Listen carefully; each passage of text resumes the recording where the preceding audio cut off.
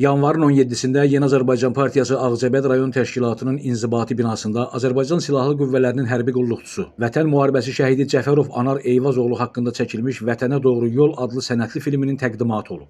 Təqdimat mərasimində Ağcabəd rayon İcra Hakimiyyəti başçısı aparatının və rayon partiya təşkilatının məsul şəxsləri, şəhid Anar Cəfərovun ailə üzvləri, şəhid ailələri, qazilər, rayon ictimaiyyəti, şəhidin təhsil aldığı Əkbər Aliyev adına şəhər 12 nömrəli tam orta məktəbinin bir qrup müəllim və şagird kollektivi və en saylı hərbi hissənin əskər və zabitləri iştirak ediblər. Tədbirin moderatoru, filmin ideya müəllifi, həm yerlimiz Əkbər Yusifoğlu tədbiri açıq elan etdikdən sonra Azərbaycan Respublikasının dövlət himni səsləndirilib. Ulu Öndər Heydər Əliyevin və torpaqlarımızın azadlığı uğrunda canından keçmiş şəhidlərimizin xatirəsi bir dəqiqəlik sükutla yad edilib. Əkbər Yusifoğlu bundan sonra film haqqında iştirakçılara ətraflı məlumat verib. Nümayiş olunan Vətənə doğru yol adlı film tamaşaçılarda böyük marağa və duyğulu anlara səbəb olub. Film haqqında çıxış edənlər şəhid Anar Cəfərovun həyat yoldaşı Samirə Xudiyeva, Ağcabəd rayon İcra Hakimiyyəti başçısı aparatının müharibə iştirakçıları və şəhid ailələri ilə işin təşkili sektorunun müdiri Şöhlət Orucov, Yeni Azərbaycan Partiyası Ağcabəd rayon təşkilatının sədr müavini Nazim Bünyatov, şəhər 12 nömrəli tam orta məktəbinin direktoru Yeganə Aslanova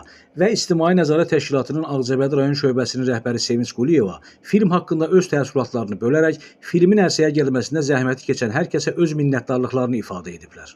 Qeyd edək ki, filmin ssenari müəllifi və rejissoru Ceyhun Şüküroğludur. Məlumat üçün bildiririk ki, film yerli televiziya kanallarında da nümayiş olunacaq.